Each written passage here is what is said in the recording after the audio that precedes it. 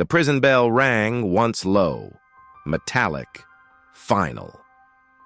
In cell 412, Elias Ward traced a single word onto the wall with a piece of chalk stolen from the workshop. Wish. He didn't believe in them. Not anymore. But tonight, beneath the hum of fluorescent lights and the distant rain tapping the iron roof, he whispered a sentence no one else heard. If this one secret dies with me, then I was never meant to be forgiven. The corridor lights flickered once, and the paper hidden beneath his mattress trembled like it knew the sound of footsteps coming. Elias had been at Graythorn Correctional for 9 years, long enough for dust to memorize his breathing pattern. He was the kind of inmate who never caused trouble, who fixed the broken clocks in the hall and rewired the chapel lights, even though he never prayed. The guards liked him for that quiet usefulness. The warden liked him because Elias never asked for favors. But silence had a cost. Every man here told stories to stay alive, except Elias. He listened, nodded, then drifted back into that strange calm that made even the toughest lifers uneasy. They said he used to be an engineer. Some said a cop. Only one detail stayed constant. He'd confessed to something no man ever confessed to willingly. At night, when the others traded smuggled cigarettes and ghost stories, Elias stared at the slit of moonlight on the floor and counted breaths. 37 seconds in, 23 out his way of controlling time. Because time in Graythorn was the only thing no one could steal except guilt. And guilt had already found him. It started with a letter that wasn't his. A torn envelope slipped beneath his cell door at dawn. No name, no mark, just one sentence written in faint graphite. You left him alive. Elias froze. For 9 years, he'd carried his guilt like a chain welded to memory. That line struck straight through it. Who knew? The case file had been sealed, the records buried. He opened the paper further, there was nothing else. Yet that nothingness carried a sound, a pulse, a breath of the past that refused to stay buried. He didn't sleep that night. He replayed the last day before prison, the alley, the confession, the silence that followed. He remembered the boy's eyes, the flash of light, the sentence that sentenced him. I did it. By morning, the chalk word on his wall had changed shape. The guards didn't notice the smudge where wish had become whisper. The world outside Graythorn kept moving.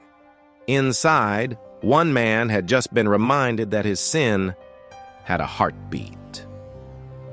The letter kept appearing new lines each morning. Day 2. He remembers your face.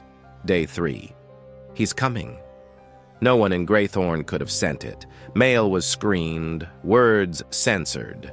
Elias started checking under his tray, behind the pipes, under the cot. He stopped fixing clocks. He started watching doors.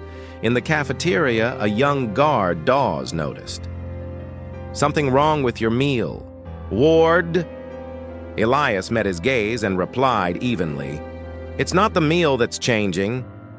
That night, thunder bruised the horizon. Rain slammed the glass vents until even the guards stopped pretending not to flinch. From the corridor came the shuffle of boots, then a pause outside his cell. No key turned. Only a whisper. He didn't die. The air went still. Elias's heart drummed once, heavy as truth. He pressed his ear to the cold metal door. Nothing. For the first time in years, Elias felt the weight of fear, heavier than regret. He sat on his cot, staring at the hidden compartment under the floor tile, his secret place, and inside it, the photograph. A boy in a rain-soaked alley, smiling, unaware. On the 7th night, Graythorn went dark. An electrical fault, the warden said later. But Elias knew better. He'd wired those lines himself. When the lights snapped off, the prison became a map of breathing and fear.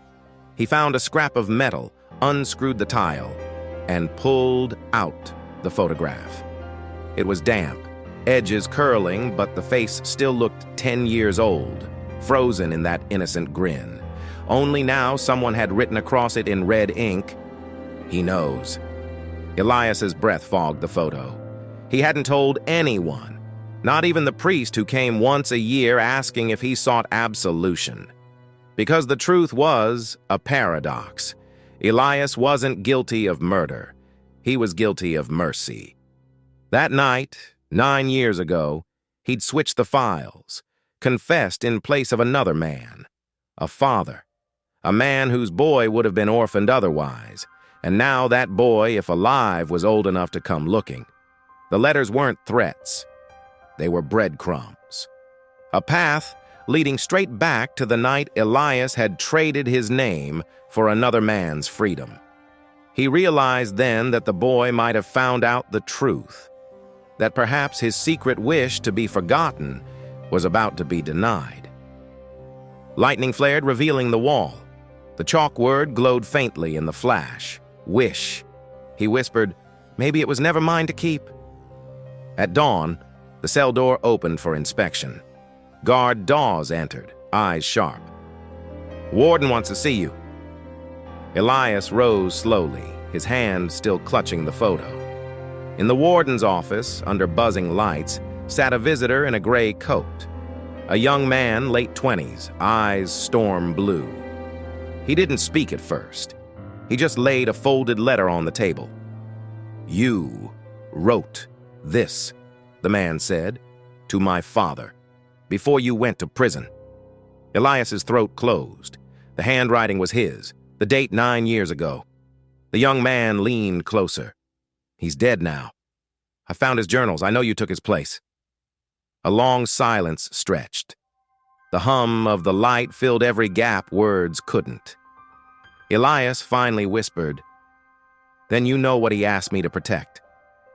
The man nodded slowly. "He asked you to protect me?" The truth landed between them like a sentence rewritten in bloodless ink. The warden, listening quietly, behind mirrored glass, had heard everything. When the young man left, Elias was returned to his cell, but the balance had shifted. Secrets that once stayed buried now lived on paper. That evening, Dawes slipped in a folder unsigned release forms, falsified reports. "Someone higher up wants this cleaned up," he muttered. "You're to walk free next week." Elias stared at the forms. Freedom, after 9 years, meant facing the world that believed his lie. But his secret wish had never been freedom. It was atonement, without witness a punishment pure enough to make forgiveness unnecessary. He looked at Dawes. "What happens to the boy?" "His father's debts died with him," Dawes replied. "He's fine. He's out there somewhere trying to understand why a stranger took his fall." That night, Elias made his decision. He tore one page from his notebook, the only thing he was allowed to keep, and wrote a new letter. "To the one who remembers. The truth was never meant to free me. It was meant to free you. Don't come back here. Some walls are built to keep guilt from spreading." He folded it neatly and slid it under the door. By morning, he'd vanished from his cot. The guards said he'd escaped. The cameras said the hallway was empty. The warden said nothing. 3 days later, the young man received a parcel. No return address. Inside, the photograph, cleaned and pressed flat, with a single line on the back. The prisoner's secret wish was that you'd never live in his shadow. He stared at it for a long time. Then, on instinct, he visited Graythorn. The guard said no one named Elias Ward was ever scheduled for release. No record of transfer, no record of death. Only one note scribbled in the warden's logbook. "The cell is empty, but the clock keeps ticking. Outside, the rain began again, the same rain that had once filled an alley with sirens and mercy." The young man walked away from the gates, the photograph tucked inside his coat. Somewhere behind those walls, a single light flickered once, as if exhaling a promise kept. In the silence that followed, the wind carried a faint sound through the rusted vent's chalk dragging across stone. A single word forming again. Wish. Then another line beneath it, faint but visible to anyone who ever looked close enough. The prisoner's secret wish was never to be forgiven, only understood. And the hum of Graythorn returned, steady, unbroken, eternal.